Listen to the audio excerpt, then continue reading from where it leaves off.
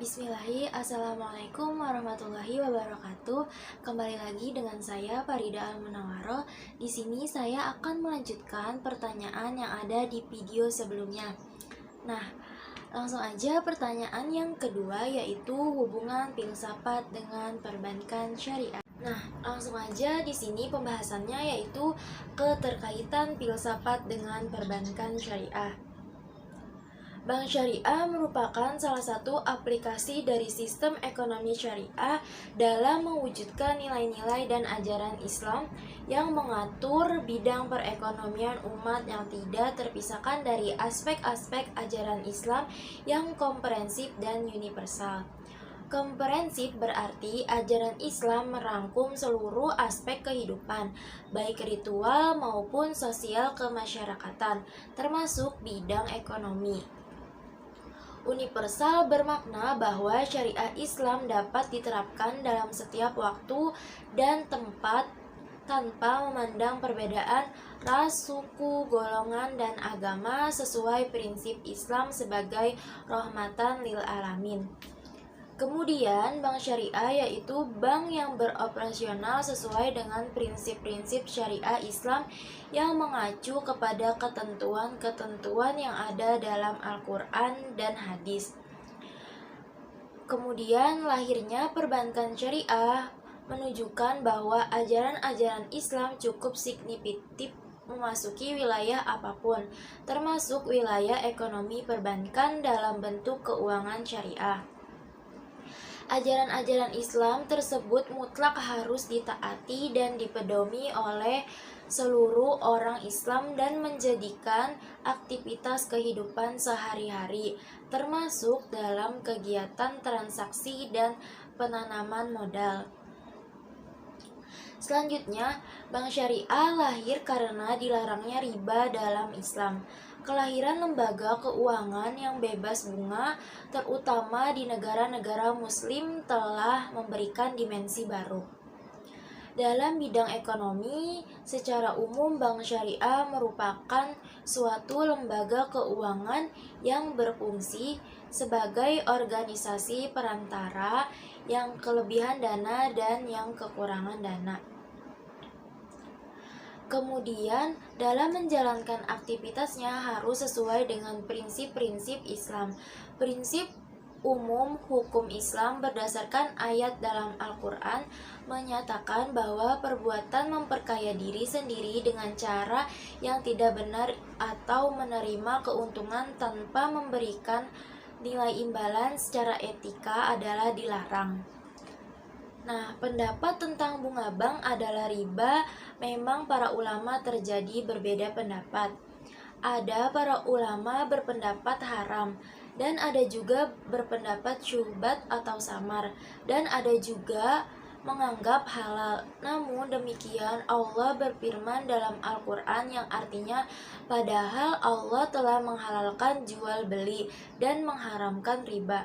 Quran Surat Al-Baqarah ayat 275. Nah, selanjutnya, filsafat merupakan induk dari semua ilmu. Mengapa demikian? Karena beberapa sejarah yang menyebutkan bahwa filsafat di awal keluarnya yaitu saat di Yunani. Itu implikasi yang sangat luas. Jadi tidak heran kenapa filsafat sangat digemari oleh semua kalangan di masa itu. Bahkan ilmuwan seperti Al-Ghazali belajar tentangnya. Dan beberapa orang berpikir bahwa filsafat itu adalah salah satu asas berpikir yang tercermin di dalam filsafat ilmu. Arti dari ilmu itu sendiri yaitu awalnya dari bahasa Arab, al-ilmu, dan dalam bahasa Yunani, logos, artinya itu pengetahuan. Orang sering dibedakan dengan ilmu yang berasal dari bahasa Arab atau al-ilmu yang dalam bahasa Inggris berarti science, serta ilmu yang dalam bahasa Inggris yaitu knowledge. Kalau dalam bahasa Indonesia artinya terjemah dari sains yang menunjukkan pada metode tentang suatu kajian tertentu atau objek kajian itu sendiri. Dan definisinya itu bergantung pada masing-masing individu. Contohnya ilmu sosial, ilmu biologi, ilmu geografi, dan sebagainya. Dan filsafat ilmu memiliki tujuan pokok, yaitu mendalami pokok-pokok ilmu secara menyeluruh dan dapat memahami hakikat dan tujuan ilmu. Menjadi pedoman para insan bagi yang tengah mendalami salah satu persoalan ilmiah dan yang non-ilmiah.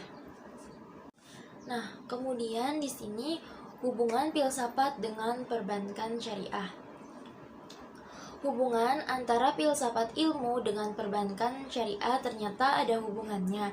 Filsafat ilmu yang kita pelajari bukan hanya mempelajari tentang fisika, matematika, dan tingkat teratas yaitu metafisika. Namun bisa juga membahas tentang poleksobut atau politik, ekonomi, sosial, dan budaya. Filsafat membahas antara ayat Al-Quran yang berhubungan dengan larangan bunga atau riba. Fungsi dari perbankan syariah dalam kaitannya dengan sistem perekonomian yaitu fungsi pengumpulan dana, fungsi penyaluran dana, serta pelayanan jasa dan dalam produk penghimpunan dana. Terdapat produk giro, tabungan, dan juga deposito. Dan dalam produk penyaluran dana ada juga jual beli, bagi hasil, dan sewa. Serta produk jasa pelayanan yaitu ada hiwala, kafala, wakala, salam atau istisna, surf atau falas, ron atau gadai, urf, jis, dan ada yang lainnya. Nah, itu merupakan cabang-cabang dari produk perbankan syariah. Filsafat ekonomi bisa membuat seorang berpikir secara terencana atau terstruktur atau sistematis. Bagaimana seseorang dapat memenuhi kebutuhan hidupnya. Status pengharaman bunga dalam perbankan syariah sebenarnya masih diperselisihkan oleh para cendekiawan muslim, yang intinya masih membolehkan dan ada yang mengharamkan. Dengan catatan, jika tidak ada pilihan lain untuk menghindari unsur bunga dan jika ada perbankan syariah, umat Islam harus segera menghindari riba tersebut. Sebagaimana telah tercantum dalam Al-Quran bahwa bunga diharamkan, ini menjadi acuan kita sebagai umat muslim untuk menghindari diri dari unsur tersebut. Walaupun sebenarnya ada sebagian ulama yang memperbolehkannya, jika tidak berlipat ganda. Nah, mungkin hanya itu pembahasan tentang hubungan filsafat dengan perbankan syariah. Mohon maaf apabila terdapat banyak kata-kata yang salah. Kurang lebihnya wabillahi taufiq wal hidayah. Wassalamualaikum warahmatullahi wabarakatuh.